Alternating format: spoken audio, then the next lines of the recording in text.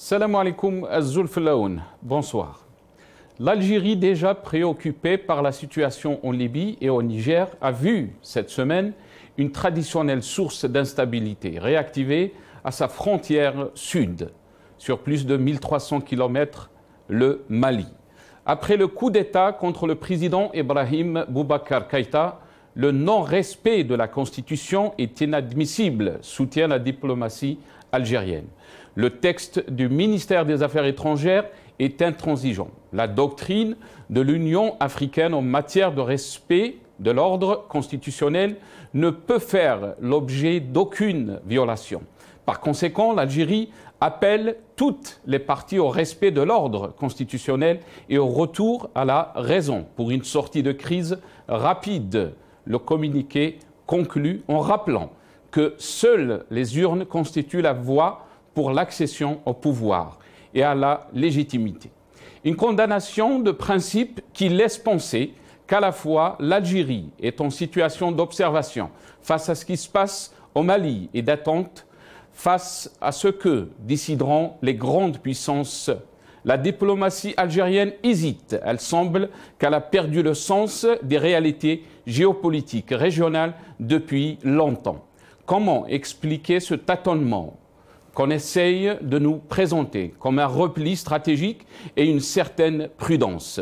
La crise malienne, au demeurant multidimensionnelle, a atteint son seuil paroxystique avec le coup d'État militaire de ces derniers jours.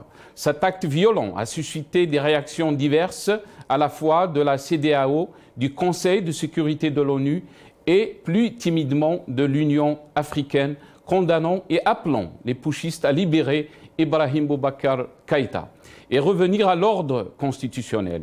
Le Mali, pays du Sahel, frontalier de l'Algérie et de 6 autres pays, est un enjeu capital pour la stabilité du Sahel. Les forces françaises de plus de 5000 hommes stationnés au sud dans le cadre de l'opération Barkhane, qui a commencé le 1er août 2014, n'ont pas anticipé ni prévu le coup d'État. Nos services extérieurs aussi ont été surpris et dépassés par cet événement. Ce qui se joue au Mali a un ralentissement direct sur notre sécurité et notre stabilité. M. Bourhadoum se rend au Mali juste après l'entretien téléphonique entre Tebboune et Macron. Le ministre algérien des Affaires étrangères, qui a été dépêché sur place, s'est rendu dans la capitale malienne pour, a-t-il déclaré, marquer le soutien indéfectible au peuple malien frère et son attachement ferme à la sécurité et à la stabilité du Mali. Il y va de notre sécurité à tous. La crise malienne plonge ses racines dans l'histoire même de sa création et qui pose le problème, la stabilité des États post-coloniaux.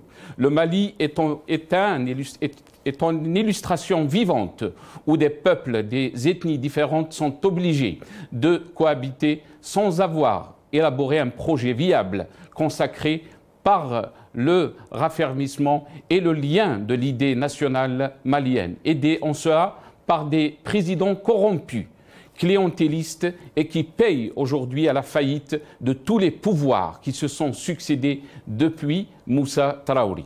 Quel sera l'impact de la vision de l'Algérie sur le dénouement de la crise majeure qui se joue à nos frontières sud? Après l'échec avec le veto américain opposé à la candidature de l'ancien ministre des Affaires étrangères Ramtal Lamamra au poste de chef de la médiation des Nations Unies sur la Libye, l'échec de la candidature de Lamamra laisse un goût amer, car elle souligne en creux la faiblesse de la position internationale de l'Algérie qui espérait retrouver un peu du lustre de sa diplomatie flamboyante des années 70. L'Algérie ne peut prétendre, dans les circonstances actuelles, à être écoutée à sa juste mesure au vu de la crise politique aiguë que nous vivons à l'intérieur du pays, qui fragilise bien évidemment notre diplomatie. Allons-nous collaborer avec l'ex-puissance coloniale des deux pays afin de rétablir l'ordre constitutionnel au Mali. Sur quelle base et avec quel compromis?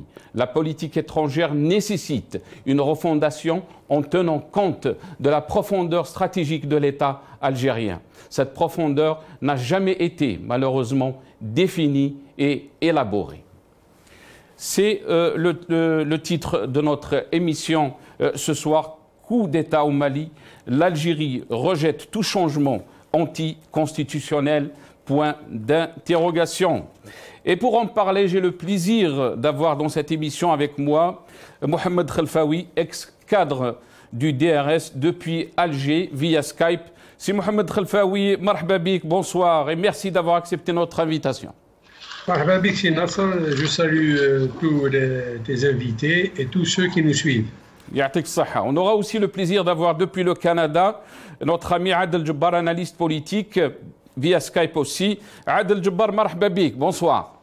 Allah yassalmak Nasser, merci beaucoup pour l'invitation. Bienvenue à tous vos invités, à notre peuple. Un grand salut à notre peuple en Algérie et à l'étranger. Merci Adel Jabbar. Et avec un grand plaisir aussi, on aura Zineb Benzeta qui est journaliste, qui est avec nous depuis Alger via Skype. Marhaba bik Zineb, merci d'avoir accepté notre invitation. Merci à vous, merci beaucoup. Mohamed Khelfaoui, je vais commencer avec vous cette émission. Vous êtes un ancien cadre du DRS, je le rappelle. Alors, cette visite de Boukadoum au Mali, qui a été dépêchée donc, par Tebboune, on nous dit, mais qui coïncidait aussi à la veille d'un entretien entre Tebboune et Macron. Quelle est votre lecture, Mohamed Khelfaoui? Bismillah. Si vous me permettez, je vais peut-être faire une petite remarque.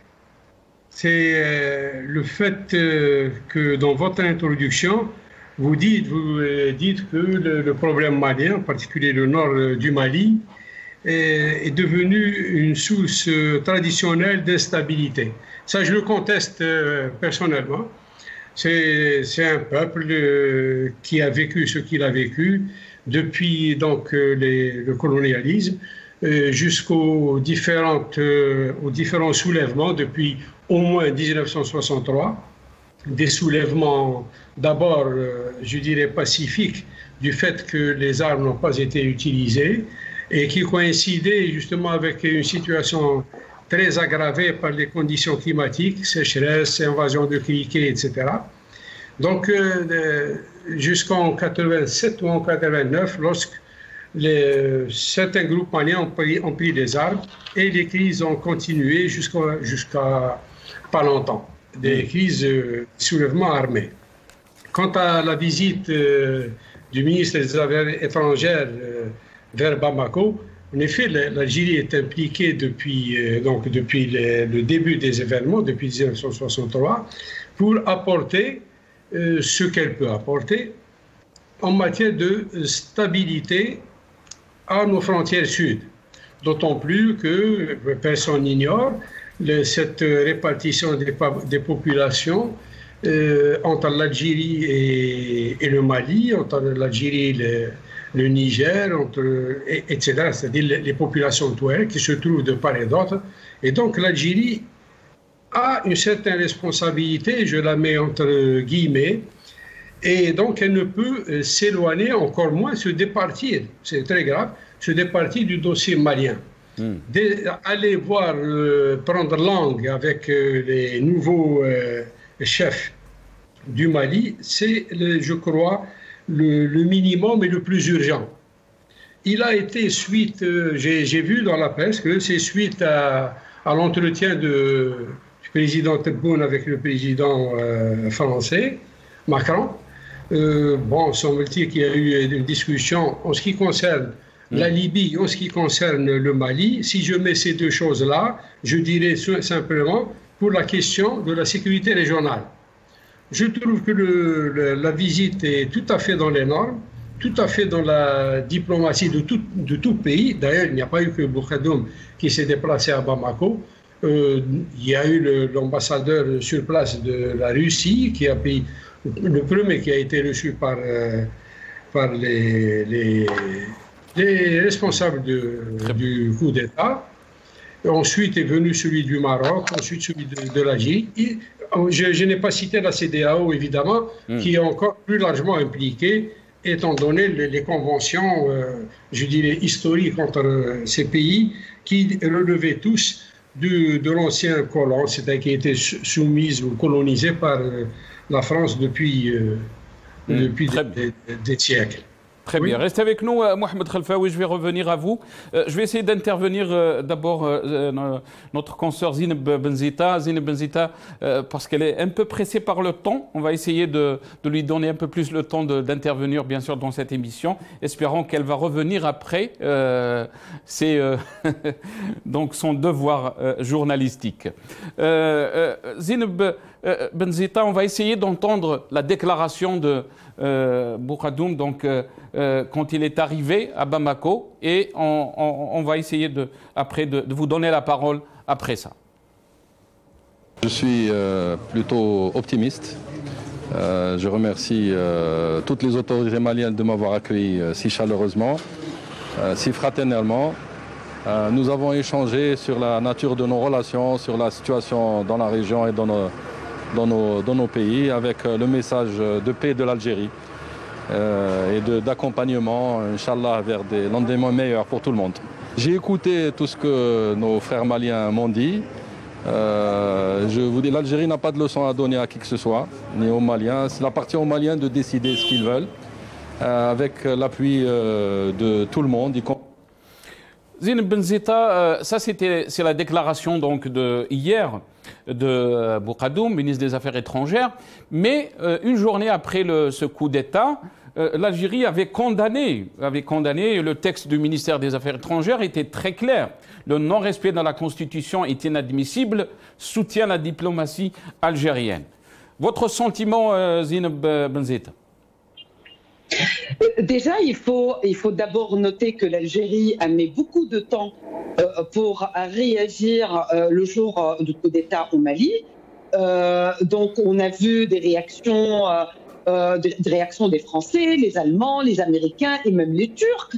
Et tout le monde avait réagi. L'Algérie, quand même, a mis beaucoup de temps jusqu'au lendemain, vers 13h de l'après-midi, où l'Algérie a publié un court communiqué où elle avait quand même condamné le coup d'État et elle a appelé les partis maliennes à revenir à la raison et à la Constitution.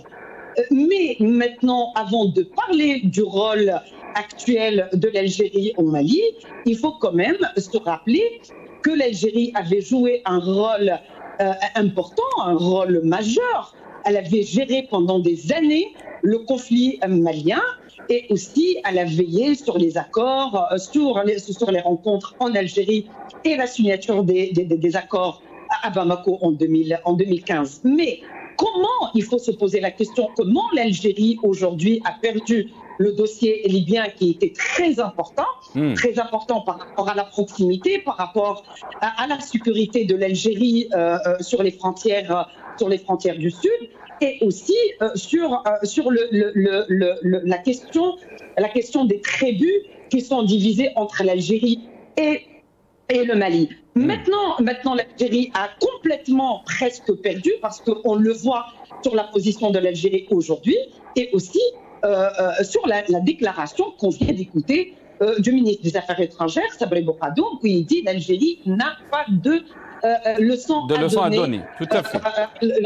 Exactement. Donc maintenant, on comprend que l'Algérie elle a pris un peu de recul, ou elle est mise à l'écart. Maintenant, il faut revenir en arrière. L'Algérie, elle a été, bien sûr, pendant des années gouvernée où elle avait un président qui était malade. Du coup, l'Algérie, elle a perdu beaucoup sur la scène internationale, y compris sur la scène régionale, et surtout dans le dossier du Sahel, pas uniquement en Mali. Maintenant, on a vu que l'Algérie, pendant des années, a mis beaucoup de moyens, pour résoudre ce problème et pour avoir un rôle un rôle majeur au Mali, mais maintenant elle a perdu. On voit que maintenant, et tout le monde le sait, qu'après le rôle des Français au Mali, l'Algérie avait compris avant l'opération, ou pendant l'opération française Berkane au Mali, a essayé de collaborer, et elle a bien collaboré avec les Français à un moment donné, surtout sur la lutte contre les groupes armés. Et on a vu qu'elle avait lâché un peu le MNLA, qui était un peu l'Algérie avait le contrôle sur le MNLA. Mais maintenant, on voit un rôle. Maintenant, il faut pas l'ignorer. C'est le rôle des Marocains. Maintenant, le Maroc est bien présent dans cette région. Le Maroc, on comprend, et tout le monde le sait, le conflit algéro-marocain, et surtout quand il s'agit des dossiers de sécurité et bien sûr d'influence dans l'Afrique. Le Maroc a travaillé pendant que l'Algérie était sombrée dans ses problèmes politiques internes et la maladie de Bouteflika. Le Maroc avait pris beaucoup d'avance par rapport à l'Algérie. Il a investi dans l'Afrique, et spécialement en Sénégal et au Mali. Maintenant, on voit que le premier ambassadeur qui a été reçu à Bamako par les militaires, c'était l'ambassadeur marocain et ne pas l'ambassadeur algérien. Et on voit aussi que si c'était l'Algérie, comme il avait déclaré le président algérien, le président Tebboune, lors de l'investiture, où il avait dit que le dossier malien et le dossier libyen, il l'a bien précisé, le dossier libyen était parmi les priorités de son gouvernement et de l'Algérie, du système algérien. Mais or, maintenant, on voit le retard qu'avait mis le ministre des Affaires étrangères pour s'y rendre à Bamako. Aussi, on se pose beaucoup de questions, et la contradiction dans ces déclarations par rapport au premier communiqué du ministère des Affaires étrangères et ses déclarations dernières. Vous avez dit, Zineb Benzeta, que la diplomatie algérienne est en recul, mais beaucoup d'observateurs parlent d'éclepsie. Ça veut dire on a vu vraiment l'absence totale de cette diplomatie qui a joué quand même un rôle extraordinaire dans les années 70. Qu'est-ce qui nous a mené donc à cette situation?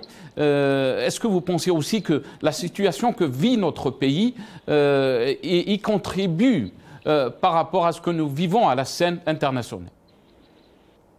Bien sûr, tout est lié. Moi, j'avais cité la situation de la maladie de Bouteflika pendant plusieurs années, et ça a fait parce que il faut pas oublier que Bouteflika pendant son règne, il avait centralisé la décision à son niveau, et on a vu quand même pendant sa maladie aussi, quand on avait un ministre des Affaires étrangères et un autre ministre délégué chargé de l'Afrique et du Sahel. Par exemple, je vous donne l'exemple, pendant Ramtan Lamamra et Abdelkader Msahel, il y avait un conflit et personne n'avait compris à ce temps-là pourquoi on avait deux ministres des Affaires étrangères. Eh bien, c'était par exemple, ce problème était dû, pour moi et pour plusieurs, c'était dû à la maladie de Bouteflika. Il ne faut pas aussi ignorer que Bouteflika, quand elle était bien, quand elle était en forme et tout ça, avait aussi joué un rôle entre guillemets positif, un rôle bien, soit dans la question malienne, ou aussi le rôle de médiation dans la question du Soudan, mais et plusieurs dossiers dans le continent africain.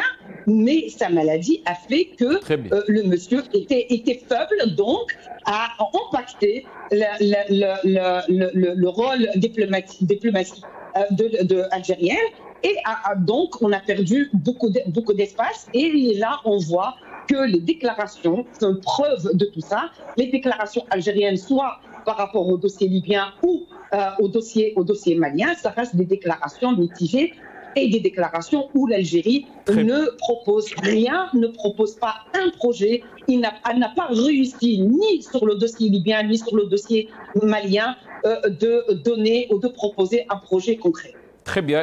Je vais essayer de revenir très vite à vous, Zineb Benzeta. Je vais passer à Adel Djebbar. Je sais que vous allez nous quitter à 19h. Espérons vous revoir après 20 minutes après.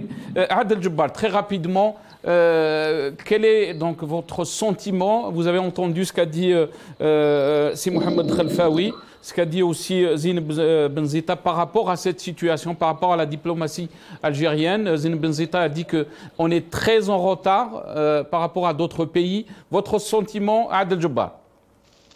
Bon, pour faire très court et simplifier les choses, il n'y a pas de diplomatie algérienne. Elle a complètement disparu depuis 2013.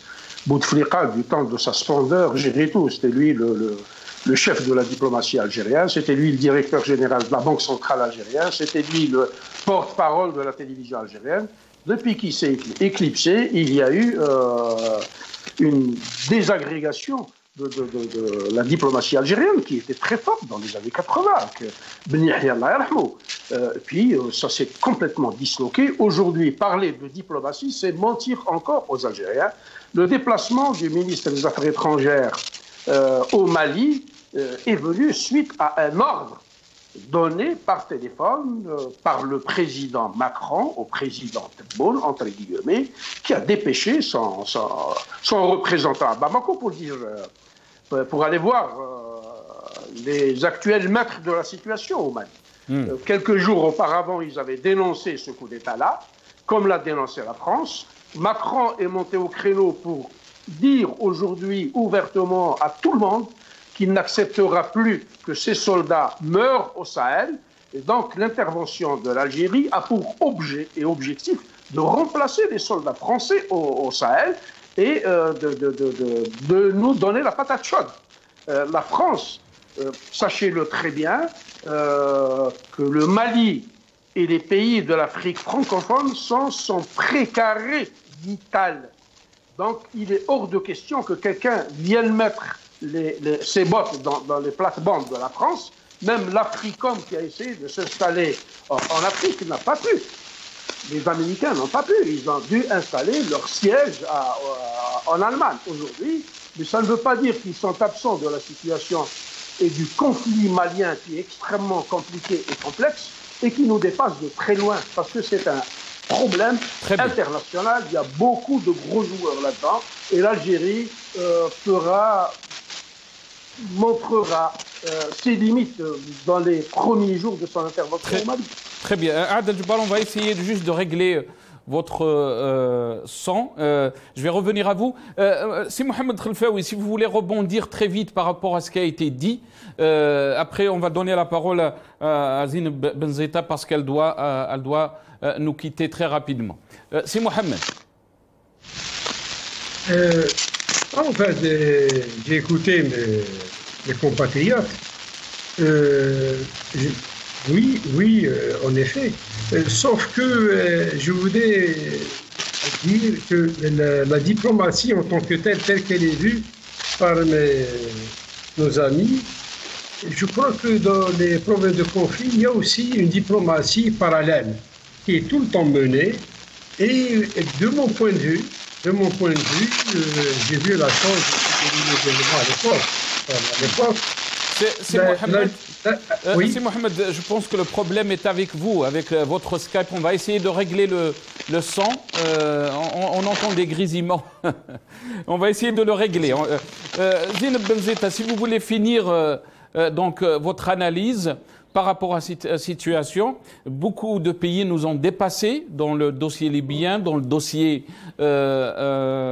malien, alors que ces pays, l'Algérie, avait une influence quand même sur ces pays et aussi partagent des frontières qui sont énormes et qui peuvent toucher à notre sécurité. Qu'est-ce que vous avez à dire, Zineb Benzeta? Je veux juste terminer par dire que le déplacement de notre ministre des Affaires étrangères, Sabri Bokadoum, à Bamako, le vendredi, c'était aussi pour jouer un rôle pour une médiation plutôt pour la France que pour l'Algérie, parce que la France maintenant a peur pour ses intérêts. Il ne faut pas oublier que la France, il y a une très forte présence militaire française sur le sol malien et aussi beaucoup d'intérêts économiques et autres au Mali. Donc la France, elle n'est pas prête pour le moment, ni après d'ailleurs, de perdre son pouvoir au Mali. Et ce qui m'avait dit quelqu'un, une source très fiable à Bamako, le jour même du coup d'État, il m'a dit mais il faut jamais croire au communiqué, surtout de la France, de dire on n'est pas d'accord, on ne va pas reconnaître ce qui se passe à Bamako. Mais il m'a confirmé que la France, elle avait l'habitude déjà auparavant de dénoncer ce qui se passait au Mali, mais derrière, dans les coulisses, elle avait déjà commencé à négocier pour au moins maintenir ou au moins préserver ses accords et ses intérêts au Mali. Elle m'a dit aussi, elle m'avait confirmé, si la France va faire un truc, elle va faire de son mieux de dépêcher quelqu'un. Il m'avait aussi parlé d'un rôle algérien pour essayer de protéger les intérêts de la France au Mali. Et aussi, il ne faut pas ignorer que l'Algérie maintenant est complètement absente au Mali. Donc, c'est partagé entre CEDEAO et on a vu qu'il y avait une action rapide de CEDEAO par rapport au coup d'État. Et maintenant, il ne faut pas ignorer aussi le mouvement et soulèvement populaire au Mali qui était dirigé par Imam Dicko. C'est un islamiste.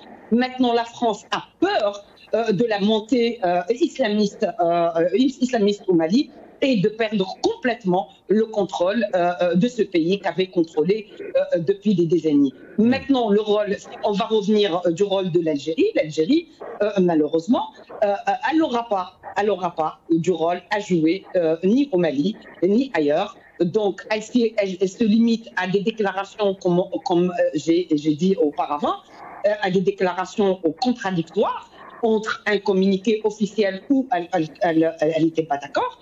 Quelques jours après, le ministre dit on n'a pas de leçon à donner, donc il faut lire entre les lignes. Maintenant, l'Algérie a perdu complètement contrôle et je pense qu'elle ne pourra pas revenir assez rapidement sur la scène régionale et surtout au Mali maintenant.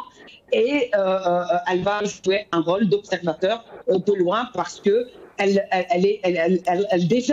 elle sombre dans des problèmes énormes internes et je pense qu'aussi elle n'a pas les moyens de faire face pour aller se mêler et aller jouer un rôle.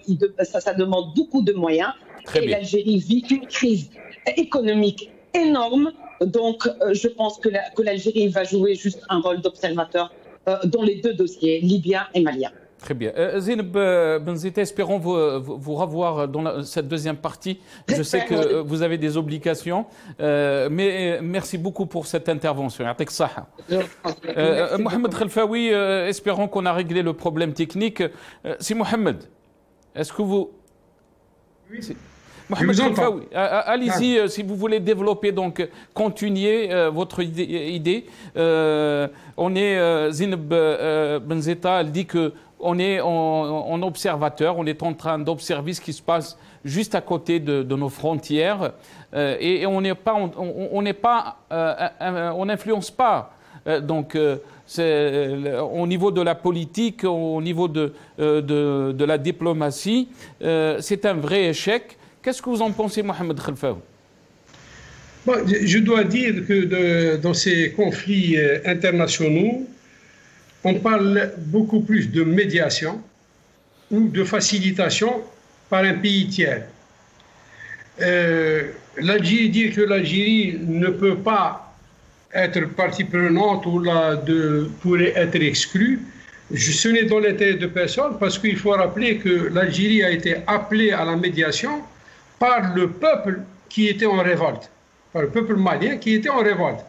C'est ce peuple qui a pris. Et pour l'anecdote, c'était Ayad Agra, Léon Ier, sur les fréquences de RFI, qui a appelé l'Algérie à la médiation. D'autres ont appelé l'Algérie à prendre ses responsabilités vis-à-vis de ce qui se passe dans la zone, donc à son sud. Et donc, c'est pas une demande ou une prière de se présenter ou pas. C'est est-ce que le pays est accepté? Ensuite, le pays est frontalier, c'est un destin commun avec nos populations, l'arrière stratégique, si vous voulez, du pays. Donc, il faut dépasser, je crois, ça. Par ailleurs, utiliser le terme de gestion de conflit, ce n'est pas à nous de le gérer et c'est même dangereux. C'est-à-dire que mais vous savez très bien, Mohamed Khelfaoui, que ça a un impact sécuritaire sur notre pays et qu'il y a des réseaux et que même les services de sécurité n'ont même pas anticipé ce coup d'État. Écoutez, la question sécuritaire, évidemment, c'est pour ça que nous devons être présents.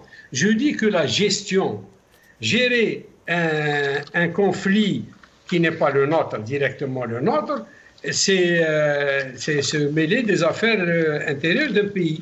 Mais c'est Mohamed Khelfaoui qui nous concerne. C'est vrai qu'il n'est pas le nôtre, mais qui nous concerne directement. Oui, même on a vu la position de l'Algérie, on a vu la position de l'Algérie sur le dossier libyen. Oui. Et ça nous concerne directement, c'est Mohamed Khelfaoui. Mais évidemment, non, il faut nuancer. Hein. Hey. Nous sommes concernés à 100%. Là, il faut que ça soit clair.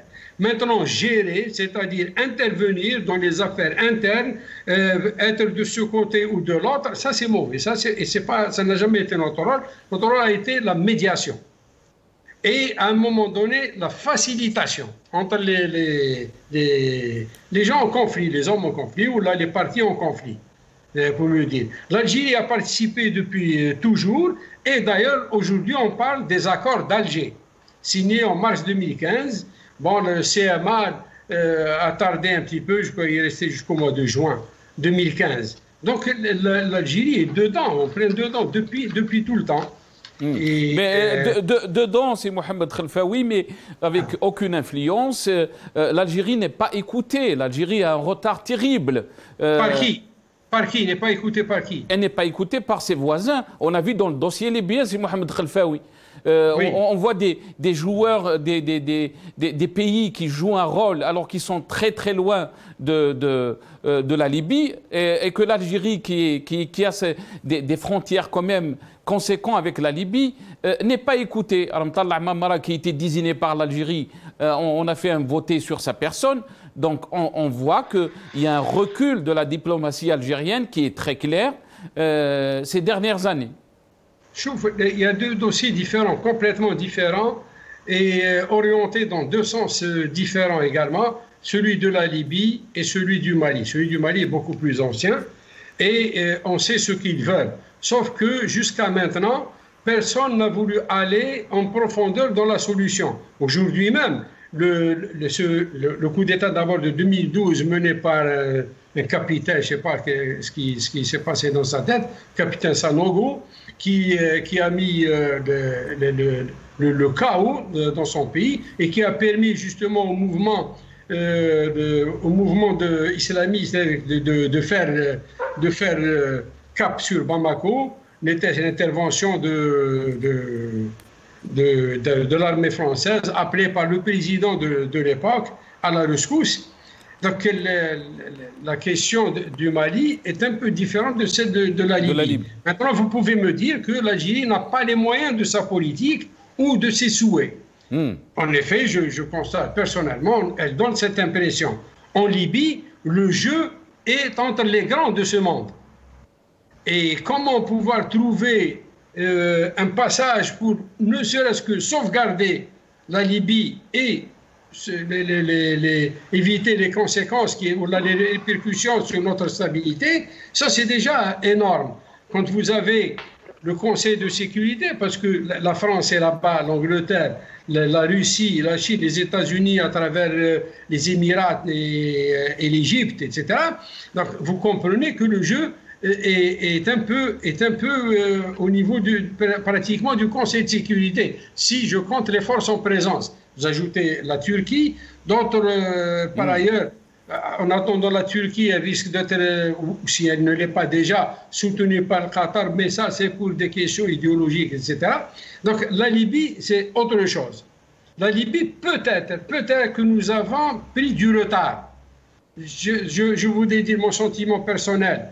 Nous avons pris du retard, en effet, mais comme je n'ai pas l'information, disons, officielle, etc., ou le dossier tel qu'il est présenté au niveau des gens qui gèrent la question.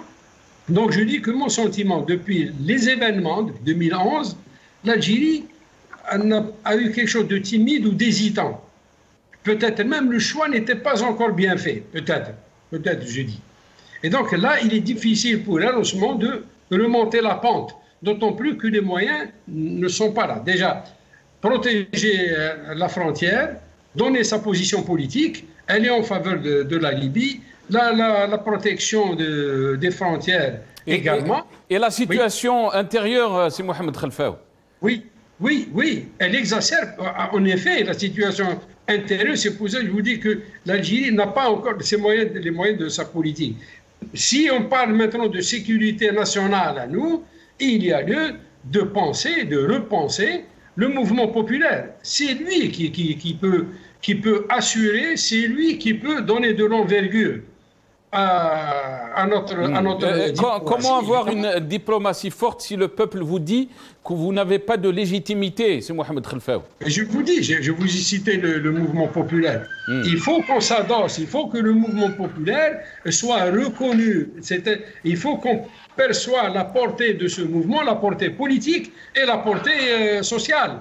C'est un redémarrage d'une génération pour un pays qui a son histoire, et sa demande là-dedans, c'est au niveau, il y a un choc entre les visions, ou là, une divergence de vision entre ceux qui maintiennent par peur d'un changement, du changement politique, une peur collective d'ailleurs, des changements politiques du pays, alors que les jeunes sont là à prendre à bras le corps le pays pour le mettre sur une autre étape, son temps à lui, un autre temps j'allais dire, mais le temps à lui, le temps de ces jeunes qui veulent faire de leur pays un pays quand même hautement respectable.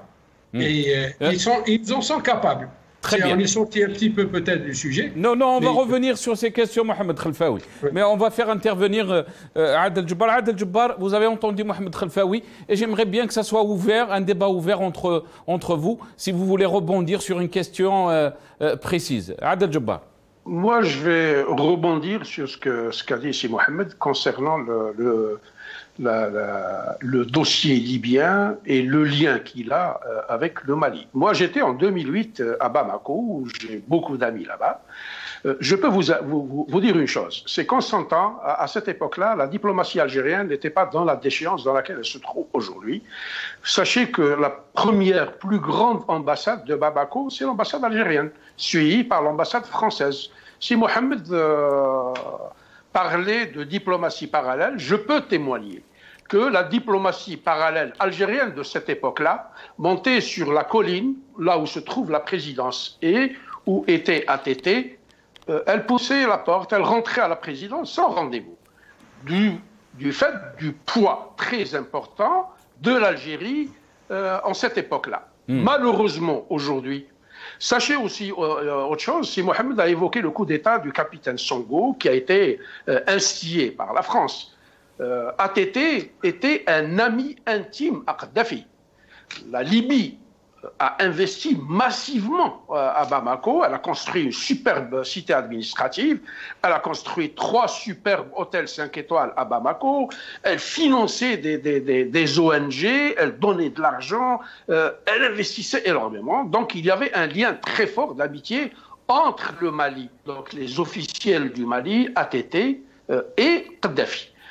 Le jour où on a détruit Kadhafi, et c'est les Français qui se sont accaparés de cette mission-là pour ruiner la Libye et à détruire pour ensuite confier des contrats de reconstruction à ces compagnies comme Biouk, etc., le Mali était devenu une proie extrêmement facile, comme c'est le cas aujourd'hui. Maintenant, évoquer cette histoire d'islamiste, sachez une chose, c'est que le MNLA, qui avait l'accord des autorités algériennes apparentes ou celles de l'Ambre, n'a jamais été un mouvement terroriste, il n'a jamais été un mouvement violent. Le MNA est un mouvement qui représente les Azawad, c'est un mouvement pacifique. Il a été infiltré par la suite par des islamistes qui sont des ex-légionnaires de Kadhafi qui ont replié vers l'Azawad. Ils ont fait jonction. Sachez que ces islamistes-là, qui étaient à Kidal, à Gao, etc., à Tombouctou, étaient rejetés complètement par la population du nord du Mali. Maintenant, au niveau du sud, ATT a été empêché de mener sa guerre au nord pour reconquérir les territoires qui ont été conquis par les islamistes. On a vu des images atroces à Gao, à Tombouctou et à Kidal. Au même moment où les soldats maliens campaient à Bamako, il y avait un consortium de forces militaires étrangères qui avait la même base sur le Mali. Donc on a sorti ce capitaine-là qui a fait un coup d'État. Et puis il a été viré parce qu'il y a eu des dénonciations. Il y a eu la CEDEAO qui est inféodée à la France, l'UMOA qui est inféodée à la France, etc. Je rappelle que ces deux organisations panafricaines n'ont pas ouvert leur bouche quand il y a eu Sisi qui a fait le coup d'État contre un président élu démocratiquement. Donc c'est un jeu. C'est un jeu auquel est en train de s'adonner la France. Aujourd'hui, la situation est la suivante.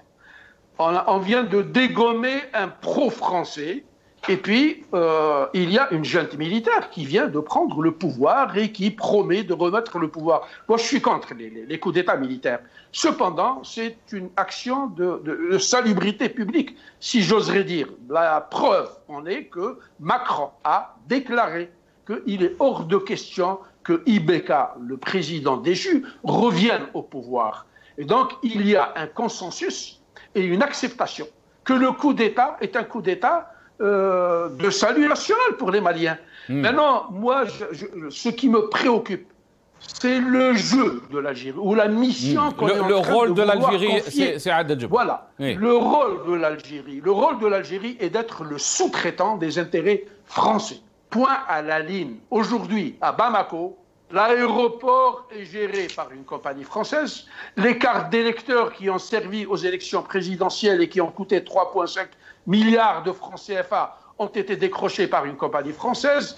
ADS, c'est une compagnie française. Orange, à la veille des élections, elle a permis le paiement des transferts d'argent par téléphone en pompant des commissions. Sachez qu'aujourd'hui, le Mali, qui a un PIB de 18 milliards de dollars, n'a comme budget de fonctionnement que 50% du budget du ministère de la Culture algérien. C'est-à-dire 150 millions de dollars. C'est un pays qui est, comment dirais-je, il est vidé de son sang. Qu'est-ce qui se passe actuellement au Mali? Très bien. Je termine. Je termine avec ça, si vous permettez. Ce qui se passe aujourd'hui au Mali, c'est qu'après la sécheresse, après la rébellion de 1994, où on a intégré les populations du Nord dans la fonction publique, les consortiums des bailleurs de fonds ou des pays comme la France, le Qatar, qui sont des pays qui détiennent des dettes sur le Mali, ils ont poussé le Mali à aller privatiser une partie de ces terres. Aujourd'hui, les terres rares sont privatisées, les terres agricoles sont privatisées, et sachez que essentiellement les gens vivent d'agriculture et de nomadisme en or.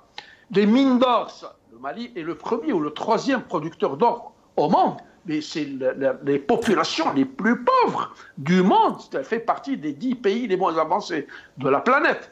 Et donc, le jeu est un jeu économique. Poids à la ligne, la France, qui a payé 2 milliards de dollars ces différentes interventions de Serval, de pirates en 2009, parce qu'elle est présente au Mali en faisant des opérations militaires depuis 2006. Donc, ils ne viennent pas nous dire aujourd'hui, nous voulons nous retirer, mais ils ne veulent pas se retirer. Ils veulent avoir très bien. Restez avec nous, Adel Jabbar. Mohamed Khelfaoui, Adel Jabbar nous dit que le rôle de l'Algérie est devenu un sous-traitant de la France. Qu'est-ce que vous en pensez? Moi, je n'irai pas jusque-là, parce que, la France a une responsabilité, puisque c'est l'ancien colonisateur, et qui est sollicité de temps à autre. Je ne peux pas aller jusqu'à, et pour convaincre, ne serait-ce que pour convaincre, dire comment l'Algérie et la France se disputaient la médiation, et l'Algérie se battait en conséquence, et conséquemment, et elle a réussi à avoir la médiation d'ailleurs. Donc, être le sous-traitant, je pense, l'Algérie est là-bas, elle essaye de prendre elle-même la chose en main, malgré les moyens, parce que c'est surtout, comme l'avait cité tout à l'heure, si je parle, en effet, la Libye était un pourvoyeur très important et qui arrivait à stabiliser la chose, en tout cas, maintenir le calme. C'est aussi, il ne faut pas l'oublier, si je parle, lui qui a commencé par armer et entraîner les Touaregs aussi, pour les envoyer ensuite au Mali. Bon, ça c'est l'histoire, 89 déjà, il l'a fait, et Ayad Agrali était un lieutenant de Andoultma en Libye, et il est venu avec ça. Donc, et la chose est, c'est Kadhafi, ça. Mais en tout cas, il a apporté énormément de choses. Ces investissements, je les ai suivis, en effet. Si je pense que vous avez rappelé des choses, réfléchi des mémoires, c'est en effet ça. Sa disparition a donc fermé les vannes. A fermé les vannes et a laissé le Mali, comme avant, sans ressources. L'Algérie ne peut pas sous-traiter. Maintenant, si elle peut sous-traiter, ou là, si elle est en train de sous-traiter la question sécuritaire dans la sous-région, ça, je ne l'ai pas encore vu. Je ne l'ai pas encore vu. Mais si la question est stratégique pour le pays, ici, il n'y a pas d'état d'âme. La sécurité n'a pas de pays, et surtout celle du pays. Maintenant, comment ils vont le faire, je suis hors coup là, je ne sais pas.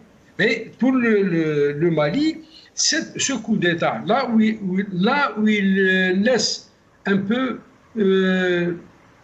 remonter en mémoire certains pays qui ont eu ce type disons, de remise en cause du système de gestion politique. Ça m'a rappelé, par exemple, le Portugal. Au moment où la population était en effervescence et manifestait pour le changement, un groupe de militaires s'est mis contre le président pour mener un coup d'État. Et donc, il y a eu cette conjonction. Et cependant, au Portugal, l'armée a marché dans le sens du peuple. Et ils sont allés, bon, ça c'est un grand trait, c'est schématique, et ils sont allés vers ce que le Portugal est aujourd'hui, un pays démocratique qui vit sa vie sereinement et tranquillement, avec la satisfaction des uns et des autres, et bon, évidemment, les hauts et les bas. C'est pour tous les pays. Donc ça m'a fait un peu, je me suis dit, tiens, il y a quelque chose. Bon, évidemment, ce que la presse, encore une fois, ce qui me fait craindre un peu des dérapages, c'est que cette armée était, semble-t-il, contre l'application des accords d'Alger. Être contre les applications des accords d'Alger, c'est un peu titiller les populations du Nord.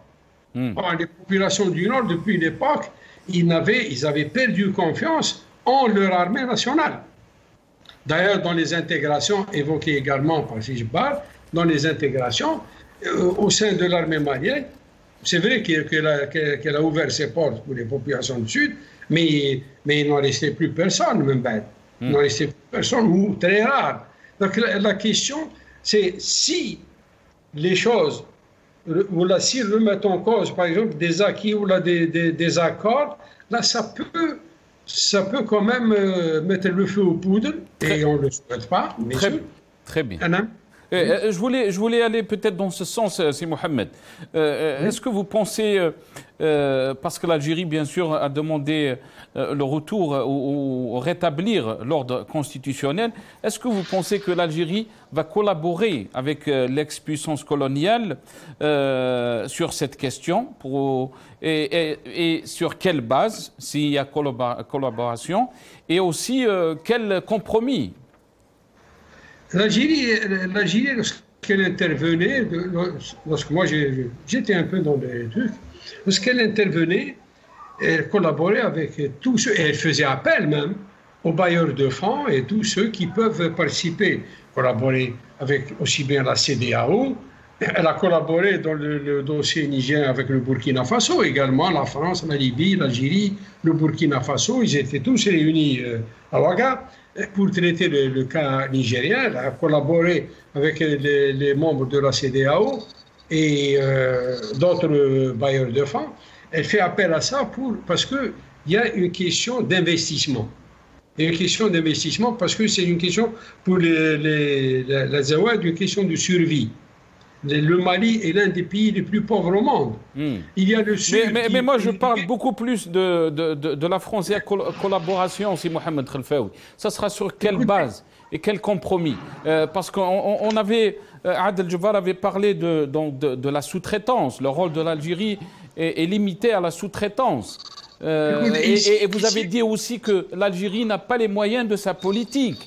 Et on voit aussi le contexte que vit notre pays, politiquement, économiquement, socialement, les luttes intestines au sein de la hiérarchie militaire. Tout ça nous met dans un contexte très fragile, c'est Mohamed Khelfaoui. Oui, il y a un contexte un peu très instable, mais c'est l'Algérie qui a disons, organisé le travail pour les accords de 2015. Et la France a soutenu ces accords qui sont faits à Alger et demande à ce jour l'application des accords. Est-ce une déclaration dans toute l'honnêteté du terme ou juste pour gagner de temps? Moi, je ne peux pas aller au-delà parce que c'est ce que j'entends. Maintenant, les déclarations du ministère des Affaires étrangères, de tout le ministère des Affaires étrangères, il y a la déclaration pour la consommation publique, ça c'est connu, et il y a le reste.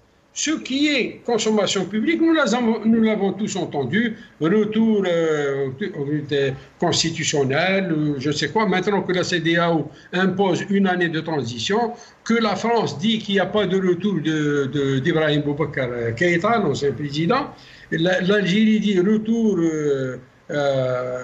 système constitutionnel. On n'est pas loin, mais on n'a fait aucune déclaration là. Le retour aux normes constitutionnelles, il se fera aujourd'hui ou demain. L'Algérie n'a pas dit, comme la CEDEAO, une année de transition, ni comme la France, pas de retour d'IBK. L'Algérie a dit, je dirais même timidement, retour au principe constitutionnel qui régissait juste avant Bamako, le Mali. Donc, c'est pour ça que je dis, on n'a pas les moyens de sa politique. Notre politique. Très bien. Restez avec nous, Mohamed Khelfaoui. Adel Djebbar, comment vous voyez les choses alors que, bien sûr, la situation de notre pays est très fragile à tous les niveaux. On parle bien sûr de cette pandémie qui a mis à nu le régime par rapport donc, à la situation sanitaire, à la situation politique, mais aussi donc, face à ces défis sécuritaires à Adel Djebbar.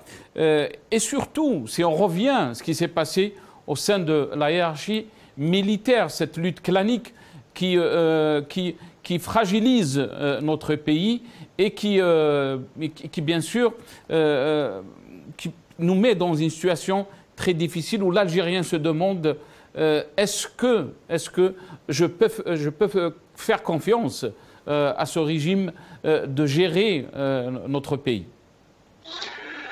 Chauffe, il y a une chose qui m'indispose avec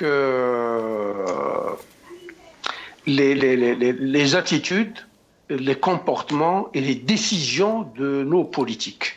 L'Algérie a toujours couru derrière l'ombre pour laisser la proie aux autres. Moi, je pose juste une question à ces décideurs algériens. Qu'est-ce que nous avons gagné avec le Mali ou avec le Niger ou avec n'importe quel pays? Nous n'avons pas gagné un sou. Nous avons dépensé des milliards, comme on l'a fait dans la question du Sahara occidental. Le Maroc s'est accaparé un pays, ses richesses, ses ressources. Il a hissé son drapeau. Nous, on continue encore à gueuler depuis 40 ans sans pour autant bénéficier de quoi que ce soit. Au Mali, c'est la même chose. L'Algérie va encore laisser ses plumes. Sur le plan pécunier et financier, cela est clair, elle ne gagnera rien parce que tous les contrats sécuritaires, tous les contrats économiques, tous les contrats commerciaux, toutes les ressources naturelles maliennes sont aux mains des sociétés françaises, aux mains de Bolloré qui est présent dans 41, c'est le plus grand logisticien français en Afrique, il est présent dans 41 pays. L'Algérie va gagner quoi? On ne gagnera strictement rien. Donc, c'est de l'agitation. Moi, je suis en train de voir ces derniers temps de la propagande officielle nous montrer des avions militaires pleins de vivres, pleins de victuailles, de médicaments, de matériel et d'équipements, atterrir à Bamako, atterrir à Nouakchott, atterrir au Liban pour dire l'Algérie, cette puissance régionale, est encore forte, elle est prête, elle a des capacités d'intervenir à l'étranger pour régler des problèmes. Moi, je demande aux décideurs algériens, les décideurs illégitimes, parce qu'ils n'ont jamais été élus, c'est de se concentrer sur l'Algérie. Aujourd'hui, en Algérie, on a des problèmes qu'on n'arrive pas à régler, des problèmes très simples. Les Algériens n'arrivent pas à retirer leur retraite des bureaux de poste. Les Algériens ne reçoivent pas de l'eau. Les Algériens font la chaîne pour pouvoir se payer des produits. Aujourd'hui, je lisais dans les journaux que le prix des fruits et légumes a explosé. Donc, la recommandation que j'ai à donner à Tebboune et à ses généraux, c'est de leur dire « Arrêtez de voler très haut, vos ailes sont très petites. » Je vous apprends aujourd'hui que le Mali est presque colonisé par le Maroc. Les Marocains sont très fortement présents diplomatiquement et économiquement à Bamako. Le roi du Maroc est en train de former leurs futurs imams. Le roi du Maroc passe plus de temps à Bamako qu'à Rabat. Et donc, qu'on cesse de nous gargariser de ces histoires, de celui-là, il est parti. L'Algérie ne représente rien. Si l'Algérie veut représenter aujourd'hui quelque chose, il faudrait qu'elle ait un pouvoir légitime, il faudrait qu'elle ait des élus qui sont choisis par le peuple. Il faudrait que le peuple puisse recouvrir sa souveraineté. Un pays ne peut être fort sans la force de son peuple. Ça, ils ne l'ont pas compris. Ils continuent encore à nous mener en bateau, pas en bateau, ils continuent à nous mener à pied vers un mur en béton sur lequel nous allons fracasser bientôt compte tenu de tous les problèmes financiers et économiques que nous avons. Donc, on n'a rien à gagner dans ce conflit-là. Moi, je souhaiterais qu'il y ait une prise de conscience et qu'on s'occupe de nos problèmes intérieurs. Quand on est fort, la charité bien ordonnée commence par soi-même, dit-on. Donc, commençons par faire la charité chez nous. Et ensuite, quand nous sommes suffisamment forts, nous pouvons aller baquer d'autres pays. Les Maliens sont des frères, les Nigériens sont nos frères aussi. Je les aime beaucoup, j'ai beaucoup d'amis là-bas. Cependant, commençons par nous-mêmes, réglons le problème des Algériens. Voilà, parce que notre peuple est en train de souffrir. Mohamed Khelfaoui, qu'est-ce que vous en pensez? Commençons par nous-mêmes, réglons nos problèmes, surtout cette crise politique qui secoue notre pays. Et aussi, Adel Jubbal, il dit qu'on voit beaucoup plus de l'agitation quand il s'agit de la diplomatie, aucune vision, aucune influence. Qu'est-ce que vous en pensez, Mohamed Khelfaoui?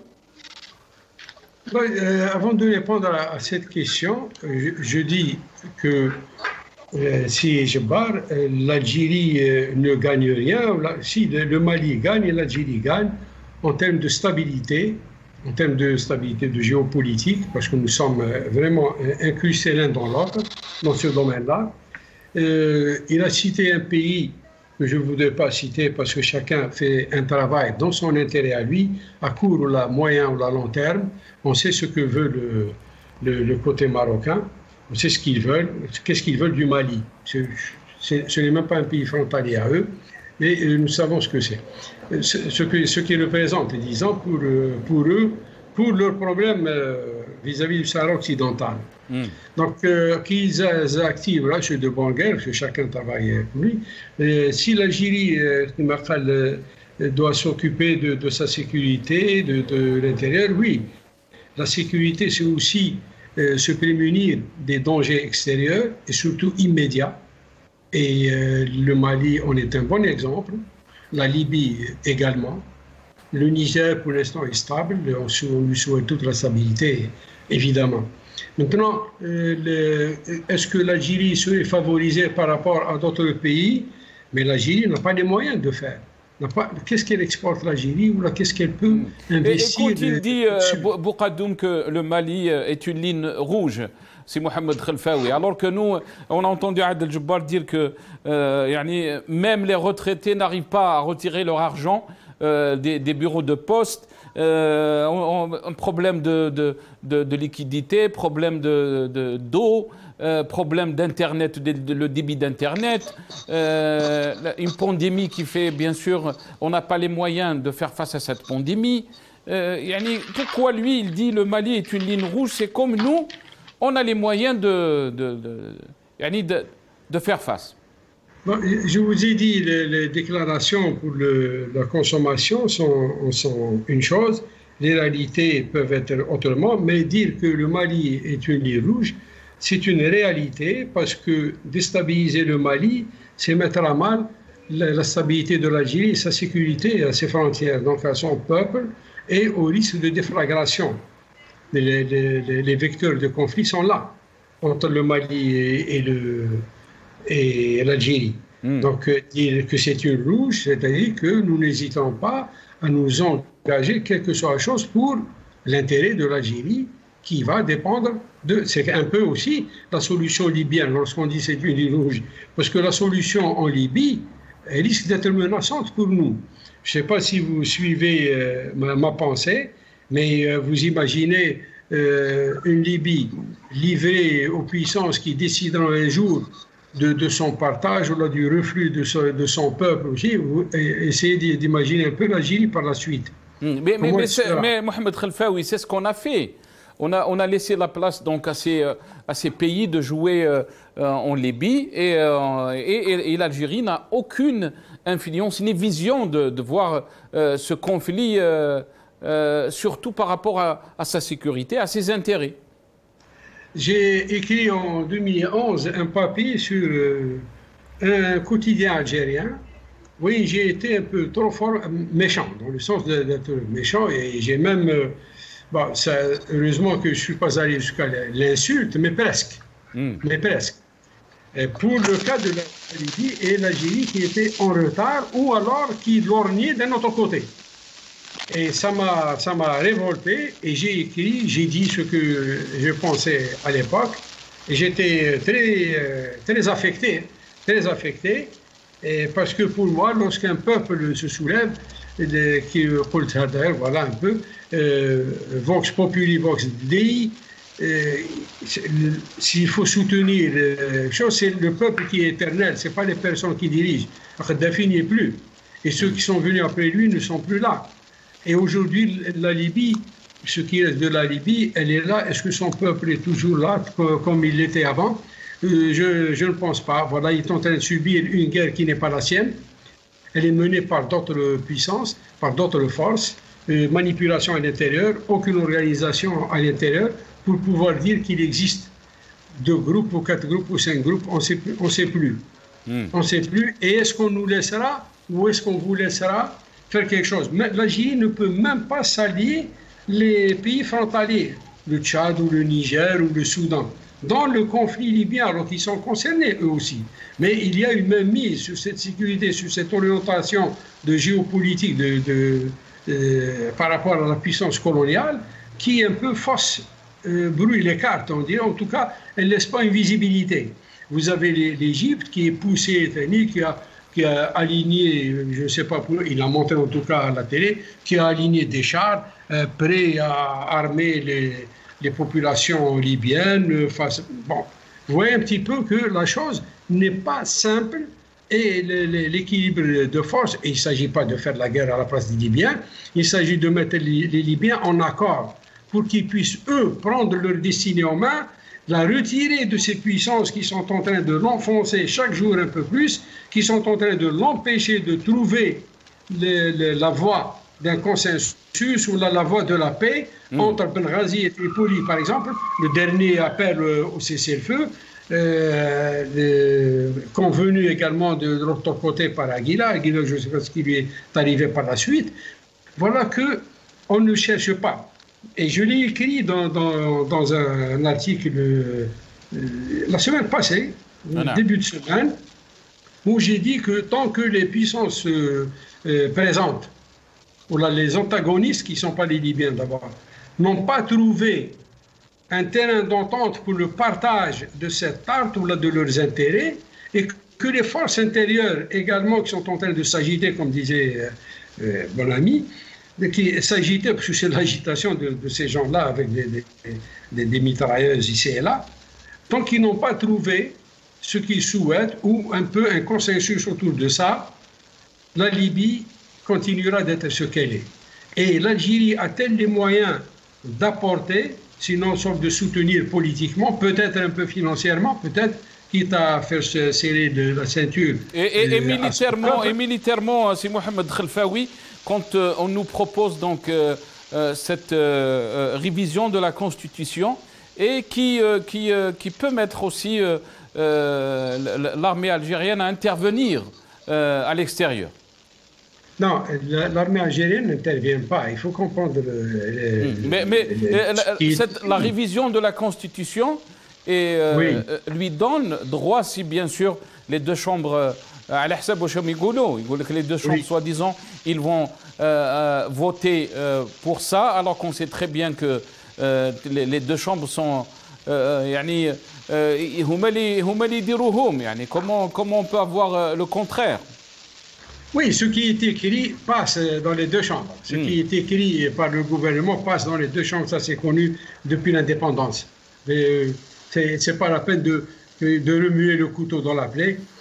C'est comme ça. Il n'y a pas de. Mais cette question donc de l'intervention de l'armée à l'extérieur, c'est Mohamed Khelfaoui. Oui, l'armée algérienne n'intervient pas à l'extérieur, comme vous essayez de le comprendre. L'armée algérienne peut servir au sein des institutions internationales pour le maintien de la paix, comme cela se fait avec tous les autres pays du monde.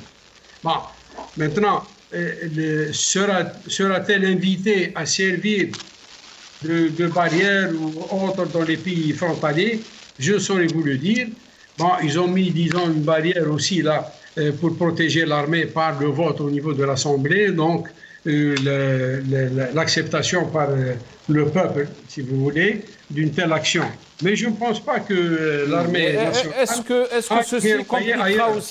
Est-ce que ceci compliquera la tâche de la diplomatie algérienne? Non, au contraire, il la rend plus présente. Il la rend plus présente parce que lorsque l'armée sort, c'est un peu supervisé aussi par les affaires étrangères, parce que ce sont eux qui préparent le terrain, ce sont eux qui discutent de l'éventualité de la participation dans le maintien de l'ordre, etc. Au contraire, ça va la rendre un peu plus présente. Adel Jabbar. Oui, sauf si Mohamed parlait de stabilité de la région, je le rejoins à 100%. La réponse à cette question est la suivante. C'est la France qui est en train de créer tous ces troubles dans la région. Aussitôt que la France enlève sa main sur le Mali et sur les pays qui constituent son précaré de la France-Afrique et qu'elle décide réellement de mettre en bière la France-Afrique et de l'enterrer définitivement et permettre aux peuples africains... Il y a une règle au nord qui dit que chaque pays défend ses intérêts. علاش نلوموا فرنسا يعني؟ أنا ما نلومش فرنسا، أنا نلوم الجزائريين qui vont aller se substituer à la France, c'est tout. Notre intérêt à nous veut que nous vivions en bonne harmonie avec nos voisins du Sud. Sachez une chose, c'est que les populations de l'Azawad ne constituent que 1,7% de la population malienne. Le Mali, c'est 22 ethnies, donc 22 ethnies qui vivent en paix entre elles. Et il n'y a que ce problème du nord du Mali, parce que le nord du Mali a une profondeur stratégique pour la France. Et il a des ressources minières inimaginables. Sachez qu'aujourd'hui, 2 compagnies gérées par des Français qui sont de connivence avec Sonatrach ont eu 2 contrats, 2 concessions pétrolières au nord du Mali. Les terres rares sont en train d'être privatisées. Les terres agricoles sont en train d'être privatisées. Les mines d'or sont entre les mains des consortiums internationaux. Donc la France, c'est ce qu'elle fait. Elle cherche ses intérêts. De Gaulle, comme Winston Churchill, a dit « La France n'a pas d'amis, elle n'a que des intérêts ». Aujourd'hui, on le voit. Macron dit « Le sang d'un de mes soldats au Sahel coûte très cher. Je ne veux pas ».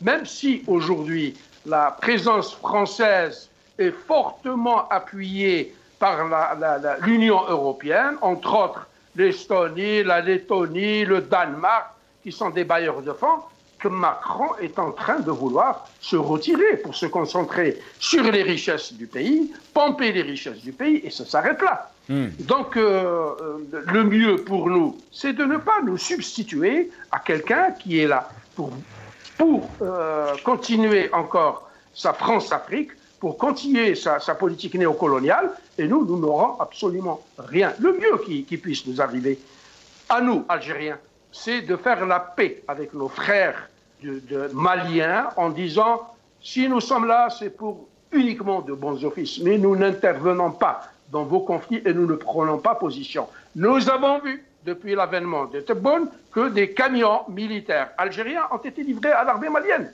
Est-ce que c'est de la neutralité? Non, ils sont en train de prendre position. Et c'est sous la dictée de Macron et de la France.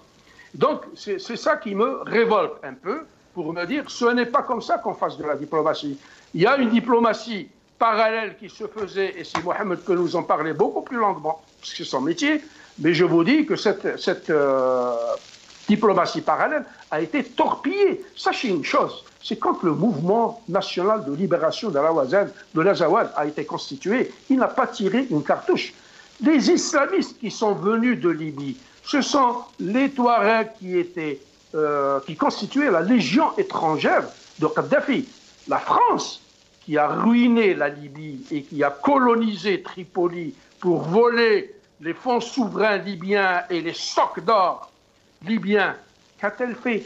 Elle a intronisé un islamiste notoire, entre guillemets, parce que je fais quand même des nuances, qui s'appelait Belhaj. Elle lui a donné la Libye entre les mains. Et donc, qu'ils ne viennent pas me dire que leur présence dans le territoire des Azawad et au nord du Mali est une présence pour lutter contre les islamistes. Les islamistes, c'est eux qui les ont créés, c'est eux qui les ont armés, c'est eux qui les ont autorisés à marcher sur le sud du Mali, à conquérir Tombouctou, Kidal, etc. Et ils ont empêché l'armée malienne d'aller au combat. C'est ce qui a valu à ATT d'être dégommé. Et puis on a installé des militaires qui étaient inféodés à la France pour ensuite les menacer et emmener à l'élection de Ibeka, qui est aussi l'homme de la France. Et puis, bon, quand les Maliens en ont eu marre de voir l'interventionnisme français, la colonisation française au Mali, ils se sont révoltés. C'est aussi simple que ça. Très bien. Il ne me reste pas beaucoup de temps. On essaiera de revenir un peu à la situation que vit notre pays, surtout sa politique intérieure. Comment vous voyez les choses, Mohamed Khelfaoui? Là, on est en train de discuter de cette diplomatie qui a beaucoup de retard et beaucoup d'observateurs parlent d'hibernation. Ce n'est pas le retard. Est-ce que vous pensez que si on veut construire une diplomatie forte, on doit aussi écouter le peuple et aller dans le sens de la volonté populaire? Bien sûr, vous avez parlé du Hirak, vous avez parlé de revendication d'une rupture avec le système et d'une construction d'un État de droit. Qu'est-ce que vous en pensez, Mohamed Khelfaoui? La diplomatie ou notre politique étrangère n'est forte que si l'intérieur est fort, est stable, il se soutient, il avance. L'avenir dira que ces jeunes-là, l'avenir proche, c'est-à-dire tous ces changements avec les économies numériques, etc., ils vont donner raison à ces jeunes qui sont sortis. Malheureusement, voici que les jeunes poussent de l'avant le pays et malheureusement la lourdeur, la peur collective, surtout politique, du changement, voilà, elle les maintient au silence. Elle les tient au silence. La diplomatie algérienne, le pays, voilà, les déclarations des uns et des autres au nom du pays ne peuvent être écoutées et prises au sérieux que si nous avons un front intérieur uni, satisfait de sa chose, il lui reste qu'à travailler. C'est le reste est réglé, il lui reste à travailler. سي محمد خلفاوي je m'excuse, je vous écoute. لا نعاود نرجع لك نخليك يعني pourquoi on va pas dans ce sens سي محمد خلفاوي؟ Voici toute la problématique est là. Moi, personnellement, j'avais pensé que ça y est, maintenant, c'est le démarrage pour notre pays. Depuis le 22, lorsque les jeunes sont sortis, que lorsque également le Hirak, le mouvement populaire, a été soutenu et protégé, on n'a pas vu d'incident majeur, j'ai pensé qu'on allait aller de l'avant. Et au lieu de renforcer, de le protéger, de généraliser cette prise de conscience que l'Algérie est un peuple, je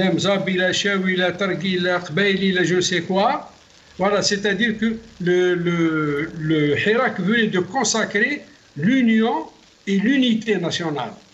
Au lieu d'exploiter cette aubaine pour passer à autre chose, voilà, nous faisons toujours dans la peur, on manipule ici les islamistes, ici les séparatistes, ici la main de l'étranger, ici je sais quoi, tout sauf le peuple.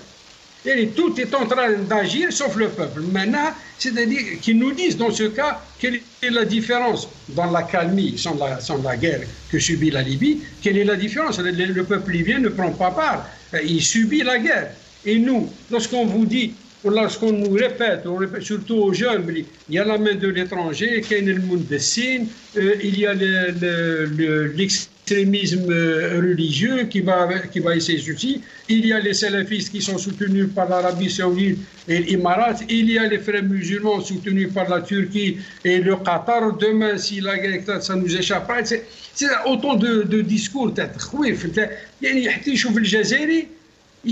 On met en droit l'Algérien et moi, qu'est-ce que je suis dans tout ça, dans mon pays? Mohamed Khelfaoui, qui est responsable? Qui est responsable, c'est Mohamed Khelfaoui? شكون اللي ما حبش يعني الجيري تروح للقدام؟ شكون؟ Il y a, écoutez, il y a ce qu'on appelle les forces de l'ombre. Les forces de l'ombre qui n'appellent, c'est la mafia économique, la mafia politique. Est-ce que comme il a dit يعني تبون اللي قال باللي الجزائر يعني الدولة العميقة il y a une contre-révolution alors que les Algériens ils pensent que le régime il est toujours là, c'est le même régime.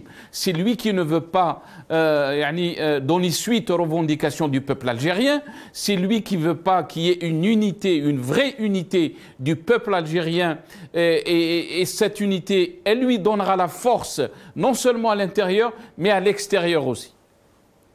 Ce que moi je dis, voilà, en droit de dire en tant que citoyen, dire qu'il y a qui m'a écoulé un grand philosophe, les forces d'énergie négative, c'est mafia, et les forces d'énergie positive.